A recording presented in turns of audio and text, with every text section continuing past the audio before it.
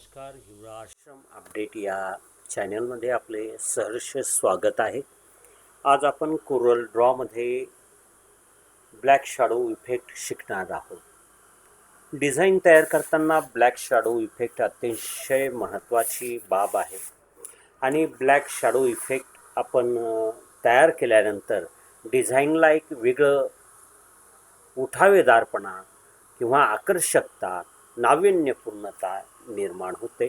यासाठी प्रथमतः आपण कोरल ड्रॉ आपण करू. कोरल ड्रॉमध्ये आपल्याला हवं असलेलं टेक्स्ट आपण सिलेक्ट करू. या ठिकाणी आपण गंगाधर हा सिलेक्ट करूया. गंगाधर हे नाव घेऊया.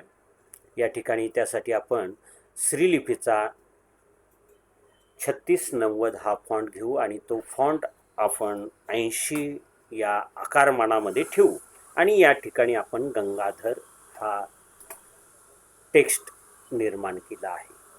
आणि आपण कर्सरच्या मदतीने हवत असेल तर याला मोठं करता येते, याला पोझिशन घेता येते आणि आपल्याला या पोझिशनमध्ये, या आकारमानामध्ये हा गंगाधर टेक्स्ट या ठिकाणी करायचा. आणि उजव्या साईडला आपण पाहत असता या ठिकाणी कलर प्लेट आहे. या प्लेटमधून आपल्याला हवा असलेला कलर आपण निवडू. या ठिकाणी आपण रेड कलर ह्या टेक्स्टसाठी निवडू. श्रीलिपीमध्ये अनेक या ठिकाणी आपल्याला मेनू बार आहेत, सब मेनू बार आहे आणि डाव्या बाजूला सुद्धा टेक्स्ट टूल आहे. या टेक्स्ट टूलमध्ये खालून 1 नंबरला ब्लॅक शॅडो इफेक्ट आहे, तर ही आपण सिलेक्ट करू. या ठिकाणी टेक्स्टला असं कर्सरनं खाली ओढल्यानंतर ब्लॅक शॅडो इफेक्ट होतो.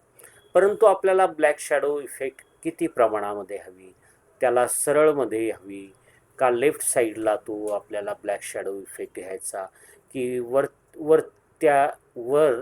वरच्या आकारामध्ये, आपल्याला हवं असलं त्या साईजमध्ये आपण ब्लॅक शॅडो इफेक्ट घेऊ शकतो. तर आपण पाहू शकता या ठिकाणी ब्लॅक शॅडो इफेक्ट आपला तयार झाला आहे आणि वर या ठिकाणी कलर प्लेटमधून आपण या ब्लॅक शॅडोचा इफेक्टचा जो कलर आहे तो सुद्धा चेंज करू शकतो. अतिशय सुंदर असं हे या ठिकाणी ब्लॅक शॅडोचा इफेक्ट तयार झाला आहे. असेच नवनवीन व्हिडिओ पाहण्यासाठी हिवरा आश्रम अपडेट या चॅनलला लाईक, शेअर, सबस्क्राईब करायला विसरू नका. जय हिंद.